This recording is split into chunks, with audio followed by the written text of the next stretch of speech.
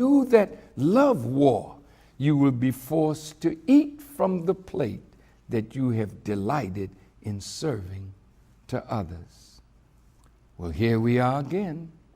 Just as in Iraq, just as in Afghanistan, just as in Libya, the liars and their lies are now spreading to justify what America's policy has already been developed to do to Assad and Syria.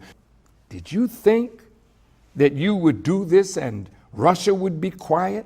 She's already warned that if you do this, there would be catastrophic results if you bomb Syria. But you are blinded.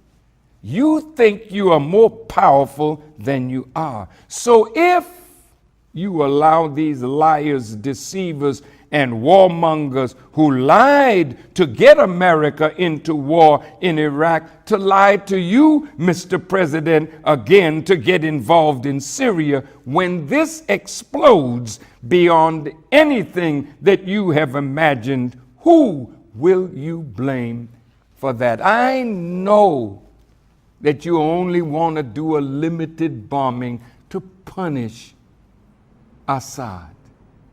That's what you say. That's what you think. But what will be the result after you do it? You'll be sending Tomahawk and Patriot missiles. But what will be the result after that? Did you tell the American people why Major Dr. Nidal Malik Hassan, a doctor of psychiatry, killed 14 Americans at Fort Hood? Did you ask and try to find out why he flipped? He now wants to die, but what was he listening to from our returning soldiers? Was he listening to how they raped Muslim women and killed women and children? Pictures which our government has but refuses to release to the American people so that they may see what war does to the minds of soldiers who are trained to kill.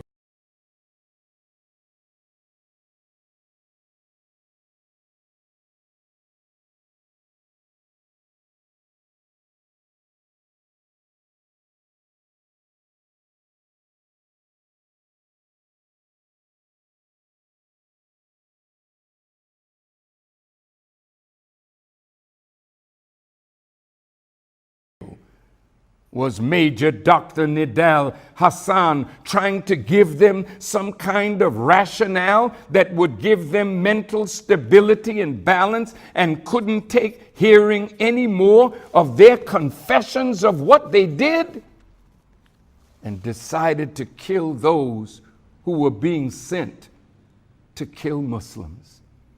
Oh, the scriptures have already recorded that in the hearts of the leaders is a disease, and Allah increased the disease because they lie, and he leaves them alone in their inordinacy, blindly wandering on. In the Holy Quran, chapter 6, the 110th verse, and we turn their hearts and their sights, even as they did not believe in it the first time, and we leave them in their inordinacy, blindly wandering on. In the 7th chapter, the 186th verse, whomsoever Allah leaves in error, there's no guide for him, and he leaves them alone in their inordinacy, blindly wandering on. I live in this country. This is my country. And as the Honorable Elijah Muhammad said to his followers, wherever he, meaning myself, tells you to go, go. And wherever he tells you to stay from, stay from. That's not just advice for his followers. That's advice for you, Mr. President. I'm asking you to stay away from that war that you are treading heavily into. But I believe you're already determined to do it. So the consequences of your rejection is blindness, and you are wandering on, failing to come under the orders of Allah's divine guidance and instruction. Let's look in the Bible for a moment.